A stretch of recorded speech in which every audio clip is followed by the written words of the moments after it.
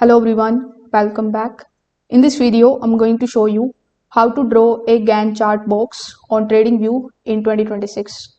So first of all, you need to come here on tradingview.com. Afterwards, log in into your account if you haven't already. Now click on the products option here on the top, then click on the option of super charts. So it is going to launch any of the charts in front of you. If you want to launch any of the specific charts, you can click on this search bar here on the top. After that, you can search for the symbol of that chart which you want to basically launch.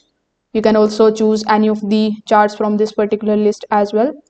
So for example, let's say I launched the chart of gold here. So after launching the chart, it is going to look something like this. So here, Gann chart box is the tool that mainly used to map the price and the time together. So you can find the support, resistance and possible turning points.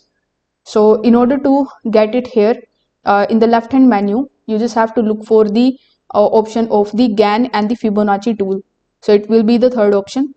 When you click on this little arrow right next to it, you are going to see the option of Gann here.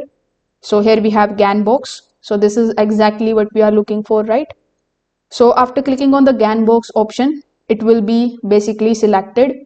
If you don't see it here instantly, you can also hold any of the Gann chart or the Fib tool in order to open the full list. So after selecting the Gann box, you just have to start drawing it here on this particular page. So in order to draw it, you just have to basically select one major swing low and one major swing high.